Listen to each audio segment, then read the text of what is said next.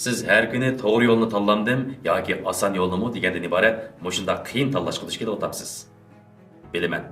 Balkim ko'z oldingizda menish oson bo'lgan 10 ming xil yo'l bor bo'lishi mumkin. Lekin siz muvaffaqiyat cho'qqisiga chiqishni o'ylasangiz, unda cho'qim to'g'ri qaror chiqarishingiz kerak.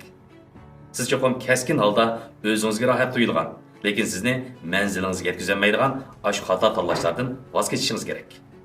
Xo'sh, mana bu birinchi qadam. Ammo bundan keyingi kunlarda texnik qiyin ishlarga duch kelasiz. Shunga buning o'zingiz haqiqiy qilmoqchi bo'lgan ish ekanligini jazmlashtirishingiz kerak. Bo'lmasa siz nihoyat o'ng'ayla xato yo'lga kirib qilib, o'zingizni butunlay nobud qilib yetasiz. Sizning qiladigan birdan bir ishingiz faqatla qadamingizni yo'tkab, olg'a qarab menish.